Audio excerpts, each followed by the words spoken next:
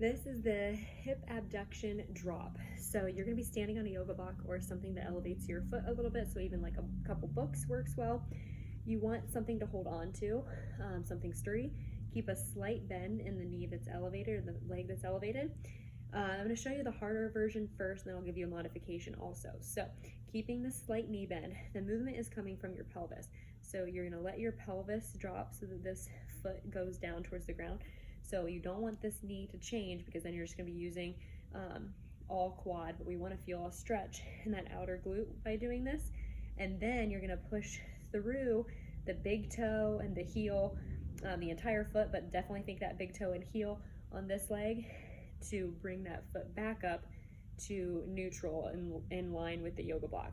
So again, you're letting that pelvis drop, feeling a stretch in this outer hip, and then pushing your weight through, driving through that foot and lifting that foot up. If you were having a hard time not feeling this there, you could try a couple things. One, maybe slightly tuck your pelvis under and lean forward. That's gonna prevent your back from working.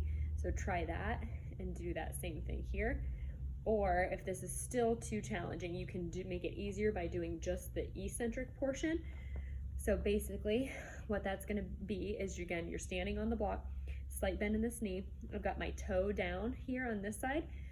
This foot is gonna push me up, and then I'm gonna lift that toe, and I'm just gonna let that lowering happen. Then I'm gonna put my foot down, push myself back up with that toe, lift that foot, and I'm just gonna let that eccentric lowering of the pelvis happen.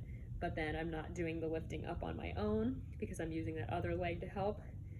And then I'm lifting the toes and just doing that eccentric lowering, feeling that stretch in that outer glute. So you can kind of play around, see what feels good.